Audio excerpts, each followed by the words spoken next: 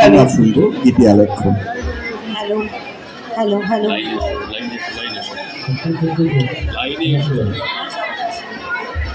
ও মশাই শুনছেন? ও মশাই শুনছেন? লিশুতি মাঝরাতে চিৎকার শুনে ঘুম ভেঙে যেত। পাগলটা আবার এ পাড়ায় এসেছে।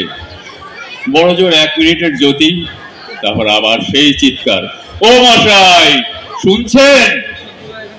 আওয়াজটা ক্রমশ দূর থেকে দূরে মিলিয়ে যেত।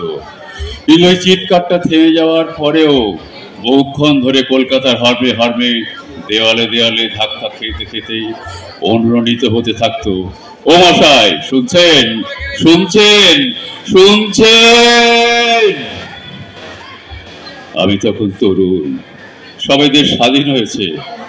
এরও প্রায় 1 দশক পরে বিধবা মা আর ছোট ছোট ভাই বোনেদের নিয়ে অকুল সমুদ্রে ভাসতে ভাসতে একদিন আমার কলকাতার বাস উঠল। দেশ ছেড়ে চলে গেছি বহু দূরে। কবে ভুলে গেছি ও মশাইয়ের কথা। তারপর বোধহয় সেটা 1980 সাল। আগরতলা গিয়েছি জাতীয় সংহতি সম্মেলনে যোগ দিতে। আছি সার্কিট হাউসে, দোতলায় একা একটি ঘরে। হঠাৎ মাঝরাতে আবার সেই চিৎকার, ও মশাই শুনছেন? সেই কণ্ঠস্বর তবে যেন বড় ক্লান্ত, বড় আকুতি ভরা, হতাশায় জীর্ণ। তাড়াতাড়ি পোশাক বদলে টর্চ নিয়ে নিচে নামলুম। লোকটাকে আজ ধরতেই হবে, কিন্তু কোথায় গেল সেই লোকটা? তবে কি আমার শোনার ভুল, স্বপ্ন? অনেকক্ষণ অন্যমনস্ক হয়ে পথ হাঁটলুম। প্রাণচন্ড ইচ্ছে হলো আমি ওর মতো চিৎকার করে উঠে ঘুমন্ত শহরটাকে খান খান করে জাগিয়ে দিই। ও মশাই শুনছেন? ও মশাই শুনছেন? রবীন্দ্রোত্তর যুগে নজরুলের পরেই বাংলা গানের সার্থক কম্পোজার হিসেবে যার কথা সর্বাগ্রে মনে আসে তিনি সলিল চৌধুরী। একাধারে গীতিকার, সুরকার, গায়ক, সঙ্গীত পরিচালক, কবি ও গল্পকার। কি কথায়, কি সুরের আঙ্গিকে, কি চঞ্চল সঙ্গে প্রচলিত রীতিনীতি ভেঙে বাংলা গানকে নবদিগন্তের সন্ধান দিলেন তিনি। ছাত্রাবস্থায় প্রগতিশীল গণ আন্দোলনে সামিল হন তিনি। 1944-এ যোগ দেন ভারতীয় গণনাট্য সংঘে। গণসঙ্গীত রচনার মধ্যে দিয়ে গানের অঙ্গনে তার প্রত্যক্ষ প্রবেশ। কৃষক বিদ্রোহ ও তেভাগা আন্দোলন নিয়ে তার কলমে উঠে এলো ও আলোর পথযাত্রী, হেই সামালো, হেই সামালো, এমন কত সব না গান। হেই সামালো, হেই সামালো, হেই সামালো, হেই সামালো, হেই সামালো, হেই হেই সামালো ধান হো, কাস্তেটা দাও শান হো। হেই সামালো ধান হো, কাস্তেটা দাও শান হো। জান কবুল আর মান কবুল, আর দেব না, আর দেব না, রক্ত দেব না, ধান মোদের প্রাণ হো। হেই সামালো, হেই সামালো, হেই সামালো, হেই সামালো, চিনি তোমায় চিনি গো, জানি তোমায় জানি গো, সাদা হাতের কালো মাহুত তুমি নও। জান কবুল আর মান কবুল, আর দেব না, আর দেব না, রক্ত দেব না, ধান মোদের প্রাণ হো।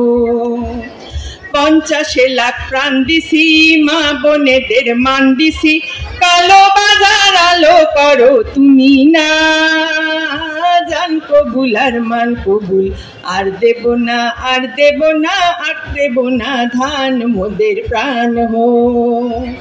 হেই সামালো, হেই সামালো, হেই সামালো, হেই সামালো, হেই সামালো, হেই সামালো। মেহনতি মানুষের লড়াইয়ের হাতিয়ার গণসঙ্গীতে তার ব্যাপক অবদান। সাম্য, বিপ্লব, প্রেম, বিরহ ও আধুনিক সমাজ চেতনায় উজ্জীবিত তার গানের কথা। ব্যস্ত, যান্ত্রিক, অস্থির এই সময়ের সংকট ও সম্ভাবনাকে যে ধ্রুপদী কাব্যে সুরে ফুটিয়ে তোলা যায়, তার উদাহরণ সলিল চৌধুরীর কবিতা ও গান।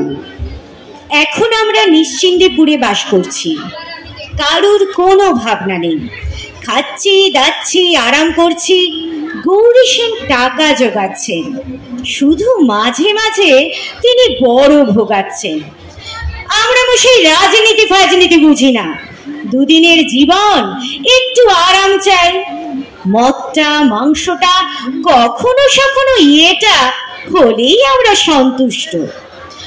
আমরা সেই সুখী মানুষ, বাপ পিতামহ খেটে খুঁটে টাকা করে বিলেত পাঠিয়ে লেখাপড়া শিখিয়েছে, কিন্তু এখন আমরা মরেছি কয়েকটা গুন্ডার হাতে ক্রীড়নক হয়ে। স করে কথা বলে, বোমা বানায়, ছুরি মারে, ওয়াগন ভাঙে, মিটিং ভাঙে, দরকার হলে মাথা ভাঙে, গৌরী সেনের টাকা ভাঙে। ওরাই কিন্তু সব, অথচ ওদের অন্তরালে রেখে সামনে দাঁড়িয়ে ইমেজটাকে রাখতে হবে আমাদেরই। বলতে হবে শান্তি শৃঙ্খলার বড্ড অভাব, তা না হলে নিশ্চিন্দিপুর থেকে আমাদের নির্বাসন। কি কাণ্ড ভাবুন তো, এর নাম কি শাসন? আরে মশাই, আমরা হলুম কে ইন্টেলেকচুয়াল।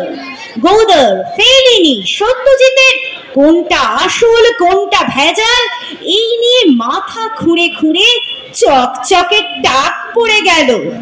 ওইসব মিডিয়া ফিডিয়া যাই বলুন, ভাবুক না লোকে যতই স্বাধীন, চলছে কার আইডিয়ায়? অর্থনীতি, স্ট্যাটিস্টিক, সেমিনার ফেমিনার, এমনকি স্কুল পাঠ্যপুস্তক থেকে শুরু করে চলছে ওই আইডিয়ার শাসন। আর সেটা চালাচ্ছি আমরা। আমাদের অনিশ্চিন্তিপুরে পাঠালে অনিশ্চিত হবে ওর শাসন। এই কথা একটু বুঝিয়ে বলুন। আয় আয়, কে